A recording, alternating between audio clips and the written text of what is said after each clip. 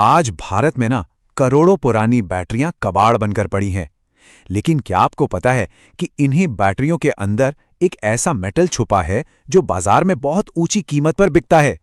आज हम इसी को समझेंगे कि ये लेड रिकवरी का बिजनेस आखिर काम कैसे करता है, इसमें खर्चा कितना आता है, मुनाफा कितना है और हाँ, सबसे जरूरी, इसे सही तरीके से शुरू कैसे किया जा सकता है।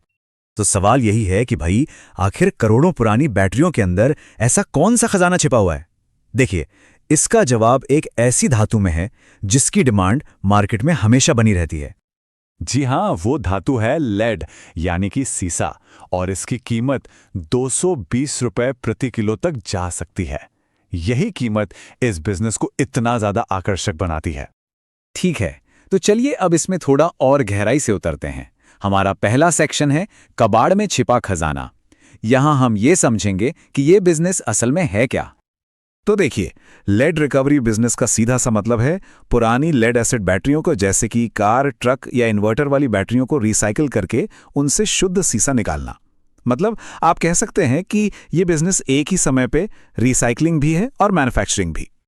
अब चलिए अगले सेक्शन की तरफ बढ़ते हैं। सवाल यह है कि भारत को लेड की इतनी जरूरत क्यों है। देखिए, किसी भी बिजनेस की नींव होती है उसकी मार्केट डिमांड, और इस मामले में डिमांड बहुत मजबूत है। भारत में लेड का इस्तेमाल कई बहुत जरूरी इंडस्ट्रीज में होता है। नई बैटरियां बनाने से लेकर केबल की sheathing, radiation shielding, chemical industries और तरह तरह के अलॉय बनाने तक इसकी जरूरत आपको हर जगह मिलेगी। यहां पर सबसे मजेदार बात यह है कि भारत लेड का एक बहुत बड़ा इंपोर्टर है। मतलब हम इसे बाहर से मंगवाते हैं, और इसका सीधा सा मतलब यह है कि देश के अंदर रिसाइकिल किए गए लेड की डिमांड हमेशा हमेशा बनी रहती है, जो इस बिजनेस के लिए एक स्टेबल मार्केट पक्का करती है। चलिए अब इस विश्लेषण के सबसे अहम हिस्से पर आते हैं, बैटरी से लेड निकालने की पूरी प्रक्रिया। यहां हम स्टेप बाय स्टेप देखेंगे कि ये काम असल में शुरुआत से लेकर आखिर तक होता कैसे है। अगर आप किसी भी लेड एसिड बैटरी की बनावट को देखेंगे ना, तो उसमें लगभग 60 से 65% तो सिर्फ लेड होता है। बाकी हिस्से में प्लास्टिक की बॉडी और सल्फ्यूरिक एसिड होता है। तो ये साफ है कि इस पूरे कबाड़ का सबसे कीमती हिस्सा लेड ही है। लेकिन प्रोसेस में आगे बढ़ने से पहले एक बहुत बहुत जरूरी चेतावनी। देखिए, ये एक खतरनाक इंडस्ट्री है, इसलिए सेफ्टी और पोल्यूशन कंट्रोल के जो उपाय हैं वो बहुत ही ज्यादा महत्वपूर्ण हैं। इन्हें बिल्कुल भी नजरअंदाज नहीं किया जा सकता। तो ये रही 5 स्टेप्स की पूरी प्रक्रिया। पहला कदम है बैटरी ब्रेकिंग, जिसमें मशीन से बैटरी के केस को तोड़ा जाता है। इसके बाद आता है सेपरेशन, जहां प्लास्टिक, लेड की प्लेट्स और कीचड़ को अलग अलग किया जाता है। तीसरे स्टेप लेड स्मेल्टिंग में लेड प्लेट्स को भट्टी में 900 से 1000 डिग्री सेल्सियस पर पिघलाया जाता है। फिर रिफाइनिंग में कुछ खास केमिकल्स का इस्तेमाल करके अशुद्धियों को हटाते हैं, और आखिर में कास्टिंग के जरिए शुद्ध पिघले हुए लेड को सांचों में डालकर उसकी सिल्लियां तैयार कर ली जाती हैं। अच्छा, अब जब प्रोसेस समझ आ गया है तो चलिए इसकी फाइनेंशियल पहलू पर फोकस करते हैं, यानी लागत और मुनाफे का पूरा हिसाब किताब। किसी भी बिजनेस के लिए यही तो सबसे जरूरी हिस्सा होता है। यहाँ आप देख सकते हैं कि मुख्य मशीनरी पर अंदाजन कितना खर्च आता है। बैटरी ब्रेकिंग यूनिट से लेकर स्मेल्टिंग फर्नेस और सबसे जरूरी पोल्यूशन कंट्रोल सिस्टम तक हर चीज में एक अच्छा खासा इन्वेस्टमेंट है। कुल मिलाकर देखें तो एक छोटे कमर्शियल सेटअप के लिए सिर्फ मशीनरी में ही लगभग 45 से 60 लाख रुपए का इन्वेस्टमेंट लग सकता है।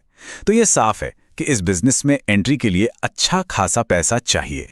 मशीनरी के अलावा भी दूसरी जरूरतें हैं, जैसे कि एक इंडस्ट्रियल जोन में 5000 से 8000 स्क्वायर फुट की जगह, एक हाई कैपेसिटी पावर कनेक्शन, करीब 8 से 12 कर्मचारी और पानी की सप्लाई भी जरूरी है। अच्छा, अब आते हैं जरा हिसाब किताब पर।